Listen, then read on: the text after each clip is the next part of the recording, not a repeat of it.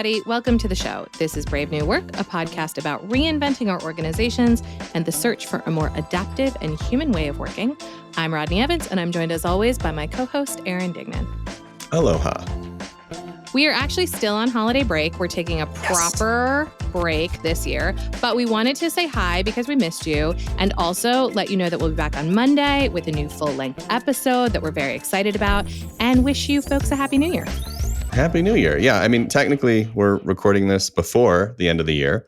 So maybe today's check-in question should be, what do you think you'll be doing on New Year's Eve? Do you know? You know, I do. And also, that is one of my favorite carols. Is that a carol, technically? What do you do New Year's Eve? What are you doing? I would say that's not a carol. I would say that's a swingin' bop. Okay. The Head and the Heart version, which I am going to send you after this, of that song is so hauntingly beautiful. I really love it. We are in town, as I mentioned in our last episode, which is very rare. So we are going out with some friends to dinner, and Durham has recently instituted, for better or worse, basically like a fun zone of open carry that extends to 1 block from our house and covers like the entire downtown. Wow. So there will be some combination of stopping at venues, probably stopping in and out of our house with friends and porting open carry alcohol in between those things. The only thing I care about is that I want to wear a fancy outfit. Right. Okay. That's the only, I mean, obviously I want to be with the people I love, but also I want to wear a fancy outfit. I want to wear fake eyelashes and a fancy outfit with the people I love. Nice. While I drink really good wine.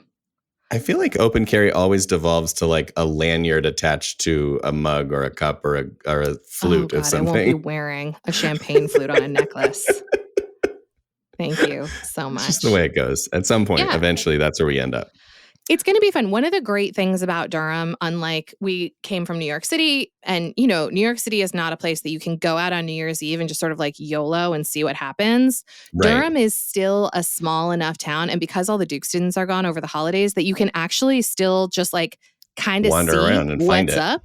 And like, you know, we have dinner reservations, but otherwise we don't have reservations. And there's enough places that we can actually just like be a little bit spontaneous. Which I'm excited about. And I just haven't spent New Year's here in maybe 7 years or something. So this is your stay put holiday season. This is my all Durham, all the time vacation. What about you? We have an on again, off again habit of making beef Wellington on New Year's Eve, which I've never had beef Wellington in my whole life. Come get some. What do you think we're about that? Obviously, you like it. Okay, it's so good. It's like, do you like filet mignon? Yes. Do you like mustard? Yes. Do you like bread? Yes. What if we put them all together? That sounds great. It's really good. So yeah, we make it, and we'll probably do that again this year. So that's going to happen. And it's an auspicious year because it's the first year that Huxley is convinced he's going to make it all the way to midnight. Oh, and he has not pulled that off before. He's gotten close. He's gotten into the 11th hour. But he has not made it all the way. So this year I've promised that I'm going to get him hopped up on Coke Zero and we're going to watch movies until the clock strikes 12. So I was going to say, get that kid some coffee. Yeah, exactly. You really need to caffeinate your children, everyone. Coffee and a no-dose? No? Just me? I think, given that he barely has any caffeine ever, I feel like a Coke Zero and he's going to be like bouncing off the walls. Anyway, yeah, so we're going to do that. We're just going to stay up, be at home. We'll be freshly back from the trip to LA, so it should be kind of low key, and that's exactly what we'll need probably at that point. That sounds lovely.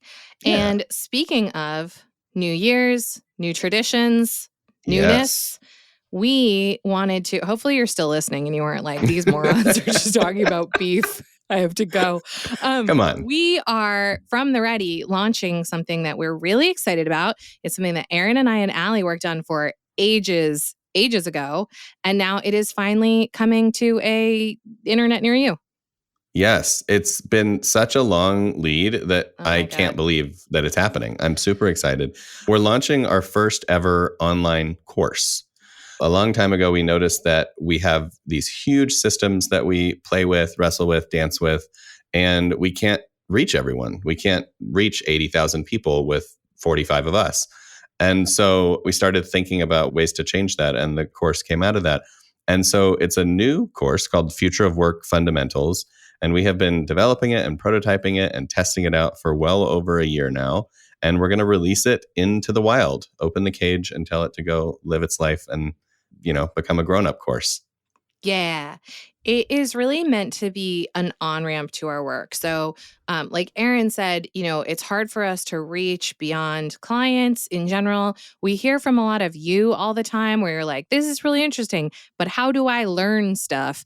And we just haven't really been equipped to support a lot of people who are like our culture head brethren out in the world.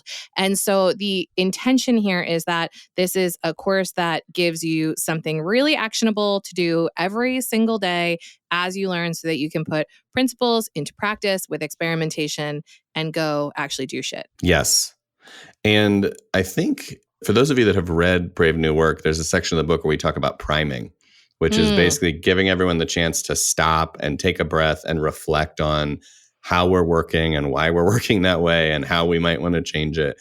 And that is an experience that often is happening in person with us in a room with 30 or 40 people. And we spend a whole day. And it's just really hard to share that experience once you've had it with others. And so the idea here is if you can give someone a simple link and they can sign up and then receive to their phone every day little nudges and ideas and concepts, it builds a shared language and a shared mental model around change and around the future of work that we find helps enormously. Like once you have a little bit of shared concept and a little bit of shared language, you can have the more interesting conversations, you can make the proposals, you can launch the ships that will kind of move things forward. So we hope that it becomes a tool for a lot of you that we know are at the front end and kind of the tip of the spear doing change to be able to prime everyone else around you and open things up from there.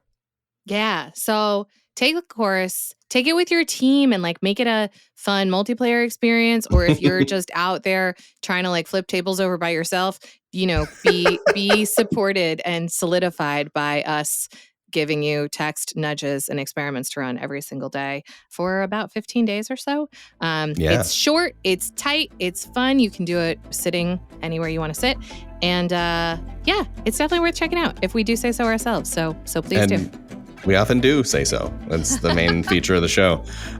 We'll include a link in the show notes to this episode so you can sign up for updates about the launch. If you sign up for those, you'll be the first to get your hands on it. Be on the lookout for that. And honestly, we'd love your feedback as well. Any ideas from these early tests and experiments with the course would be lovely. Absolutely. So we'll see you there. Thank you for listening. Happy 2023. And we'll be back with a fresh, full-length episode next week.